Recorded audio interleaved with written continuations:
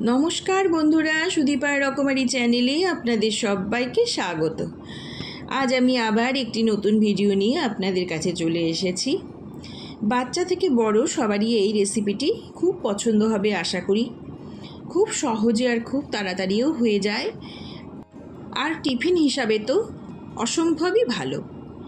আপনারা বাড়িতে ট্রাই করে দেখতে পারেন। আমি করে দেখাবো আজ ছানার পরোটা আর দোকানের মতো আলু কুমড়োর তরকারি। চলুন আমি কিভাবে করেছি করে দেখাই। আমি এখানে নিয়ে নেব 2 বাটি আটা। দেখুন এরম ছোট বাটির 2 বাটি আটা আমি এখানে এখন নিয়ে নেব। আর নেব আমি 2 বাটি ময়দা। এই বাটিরই মেপে আমি 2 বাটি আটা আর 2 বাটি ময়দা নিয়ে নিলাম। আটা আর ময়দার পরিমাণটা যেন সমান হয় সেভাবেই নিতে হবে। আটা আর ময়দা আমি এখন দিয়ে দিলাম। এবার আমি এর মধ্যে দেব সামান্য লবণ,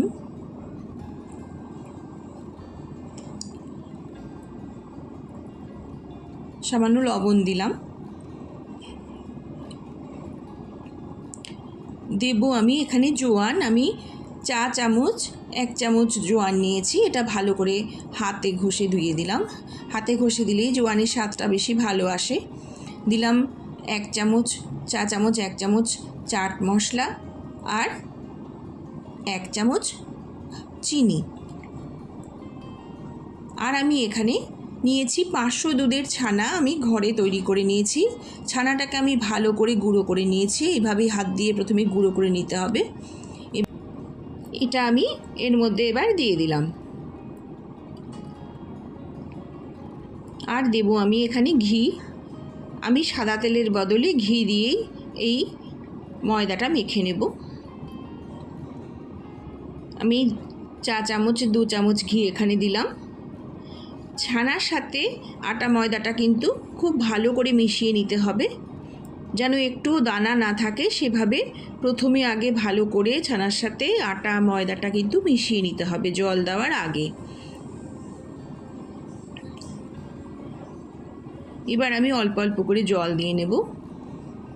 মেশানো হয়ে গেছে, জল দিয়ে দিলাম। অল্প করে জল দিয়ে আমি মেখে নেব। দেখুন আমার আটা ময়দাটা মাখা হয়ে গেছে। এইভাবেই মেখে নিতে হবে। এবার একটি ঢাকনা দিয়ে ঢেকে আমি এটা 10 মিনিটের জন্য রেখে দেব। এবার আমি গ্যাসে একটি কড়াই বসিয়ে নিয়েছি।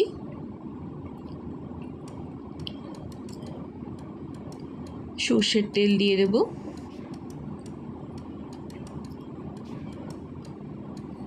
সর্ষের তেল দিয়ে দিলাম।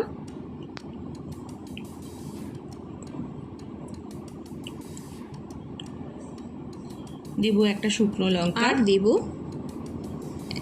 1 চামচ 5 ফোড়ন। 5 ফোড়নটা কিন্তু এই রান্নাটাতে দিতেই হবে। 5 ফোড়নের গন্ধটাতে এই তরকারিটা খেতে অসাধারণ লাগে। দিলাম 1/2 চামচ হিং। গ্যাসের আঁচটা কিন্তু কমিয়ে রেখেছি। এবার ভালো করে হিংটা তেলে মিশিয়ে নিয়ে আমি এখানে দিয়ে দেব এবারে 1 ইঞ্চি মতো আদা বাটা। আদা বাটাটার সাথে ভালো করে হিং শুকনো লঙ্কা ফোড়নের সাথে মিশিয়ে নেব। ভালো করে ভাজা করে নেব।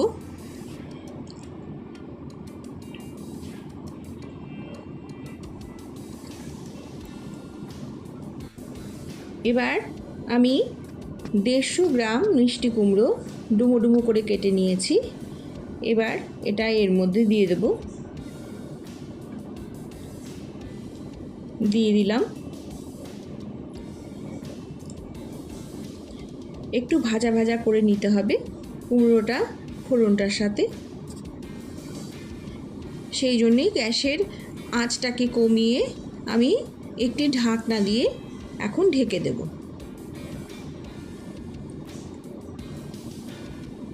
তাতে কুমড়োটা ভাজাও হয়ে যাবে আর সেদ্ধও হয়ে যাবে। আমি 5 মিনিট পর এলাম। দেখুন কুমড়োটা কিন্তু অনেকটাই নরম হয়ে এসেছে, ভাজা ভাজাও হয়েছে। এখন আমি এখানে দিয়ে দেব আমি 2টো মিডিয়াম সাইজের আলু ডুমো ডুমো করে কেটে একটু ভাপিয়ে নিয়েছি। এই কারণেই যে কুমড়োটার সঙ্গে যদি আলুটা আমি দিই তাহলে কুমড়োটা সেদ্ধ হয়ে যাবে, আলুটা হবে না। সেই জন্যে আমি আলুটাকে আলাদা করে একটু ভাপিয়ে নিয়েছি। এবার কুমড়োর সাথে ভালো করে মিশিয়ে নিচ্ছি। দেখুন মেশানো হয়ে গেছে। দিয়ে দেব পরিমাণ মতো লবণ।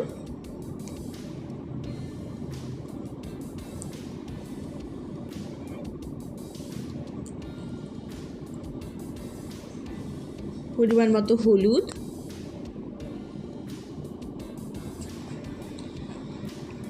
আর দেব আমি এখানে একটু ছোলা ভিজিয়ে রেখেছিলাম রাতে, ছোটো বাটির হাফ বাটি, এটাকে আমি সেদ্ধ করে নিয়েছি। এই ছোলা সেদ্ধটা আমি এর মধ্যে এবার দিয়ে দিলাম। ছোলা সেদ্ধটা দিয়ে দিলে কিন্তু এই কুমড়ো আলু তরকারিটা খেতে অসাধারণ হয়, একদমই দোকানের মতো হয়। দোকানেও কিন্তু এইভাবেই করে থাকে, আর দোকানের এই স্বাদটাই আসে এইভাবে করলে। আপনারা করে দেখবেন, খুব ভালো হয় খেতে এই তরকারিটা। এটা আমার মেশানো হয়ে গেছে। আমি 2টো কাঁচা লঙ্কা চিড়ে দিয়ে দিলাম। এই তরকারিটা খুব বেশি ঝাল হয় না, সেই জন্য আমি লঙ্কাটা কমই দিয়েছি। এবার দেব অল্প একটু জল। খুব বেশি জল দেওয়ার দরকার নেই, অল্পই জল দিতে হবে।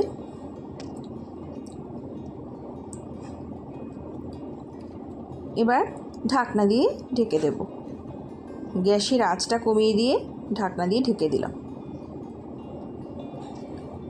আমার কুমড়ো কিন্তু অর্ধেক ভাজা আছে, আলুটাও হাফ সেদ্ধ, সেই জন্যে এটা কিন্তু খুব বেশি সময় নেবে না। আমি 5 মিনিট বাদে চলে এলাম। দেখুন এটা কিন্তু প্রায় হয়ে এসেছে। এই পর্যায়ে এখন আমি এর মধ্যে দিয়ে দেব আমি ঘরে তৈরি করে রেখেছি জিরের গুঁড়ো, ভাজা জিরের গুঁড়ো। সেটা আমি এখানে এখন 1 চামচের মতো দিয়ে দেব। 1 টেবিল চামচ মতো আমি জিরের গুঁড়ো দিয়ে দিলাম, ভাজা জিরের গুঁড়ো। এবার মিশিয়ে নেব।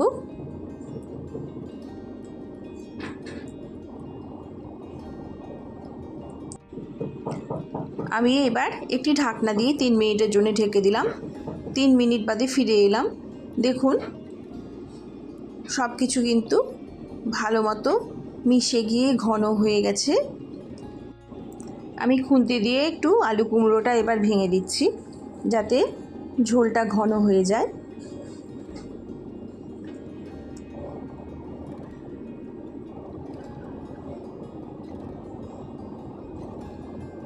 এই পর্যায়ে আমি এখন এর মধ্যে দিয়ে দেব চিনি।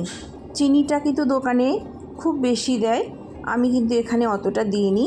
আমি 1 চামচ, চা চামচ 1 চামচের মতো চিনিটা দিলাম। আপনারা ইচ্ছে করলে চিনিটা নাও দিতে পারেন, আবার ইচ্ছে করলে বেশিও দিতে পারেন। দোকানে এটা কিন্তু বেশি দিয়েই করে। দোকানের তরকারিটা কিন্তু মিষ্টি মিষ্টি হয়, খুবই মিষ্টি হয়, কিন্তু আমি অতটা মিষ্টি করিনি। কুমড়ো আলুর তরকারিটা আমার হয়ে গেছে, এবার নামিয়ে নেব। এবার আমি ময়দার ঢাকনা খুলে চলে এলাম, লেচি করে নেব। আমি এইভাবে লেচি করে নিচ্ছি।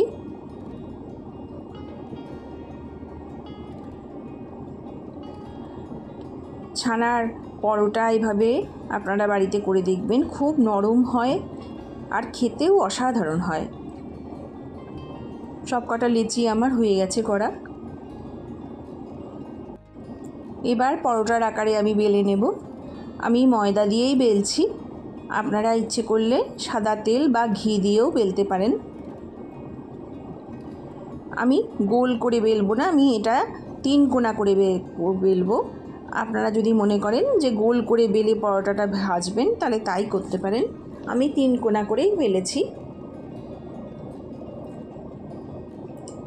এইভাবে আমি বেলে নেব সব কটা পরোটা। দেখুন এরমভাবে তিন কোনা করে আমি সব কটা পরোটা এবার বেলে নেব।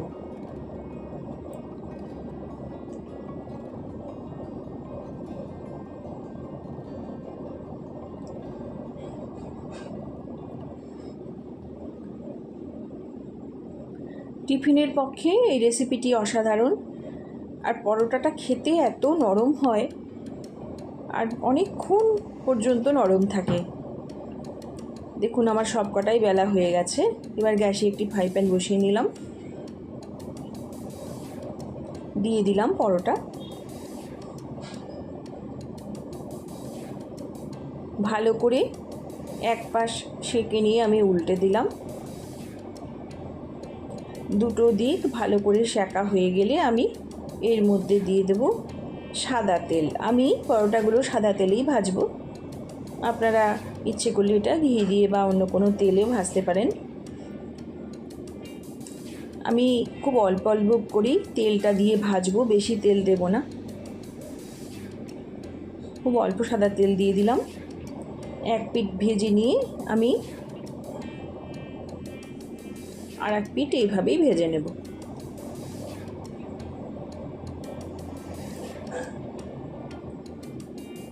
এইভাবে আমি তেলটাকে পরোটার উপর দিয়ে বুলিয়ে নিয়ে পরোটাগুলো সব ভেজে নেব।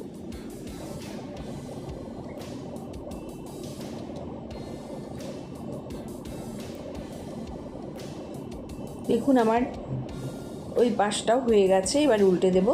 এই দেখুন এইভাবে একটুখানি সময় নিয়ে গ্যাসের আঁচটা কমিয়ে আমি পরোটাগুলো সব ভেজে নেব। একটু চেপে চেপে সময় নিয়ে ভাজতে হবে। দেখুন পরোটাটা আমার ভাজা হয়ে গেছে, তুলে নিচ্ছি। আবার একটা পরোটা আমি এখন দিয়ে দেব, দিয়ে দিলাম। আমার দেখুন সব কটা পরোটা ভাজা হয়ে গেছে, আর কুমড়ো আলুর তরকারিটাও তো রেডি। দেখুন কত সুন্দর দেখতে হয়েছে আর খুব সফট। দেখুন ছিঁড়লে বোঝা যাবে কতটা নরম, খুব ভালো হয়, খেতেও খুব সুন্দর হয়। আলু কুমড়োর তরকারি দোকানের মতো, আর ছানার পরোটা আমার সম্পূর্ণ রেডি। আপনারা বাড়িতে এভাবে করে দেখবেন, খুব ভালো হয় খেতে। খুব তাড়াতাড়ি আর খুব সহজভাবে এই রেসিপিটি কিন্তু তৈরি হয়ে যায়। খেতেও অসাধারণ হয়, বাচ্চা থেকে বড় সবারই খুব পছন্দের। আপনারা বাড়িতে একবার ট্রাই করে দেখবেন কেমন হয় খেতে। আমার রেসিপিটি যদি ভালো লাগে আপনারা আমার পাশে থাকবেন। সবাইকে জানাই অসংখ্য অসংখ্য ধন্যবাদ।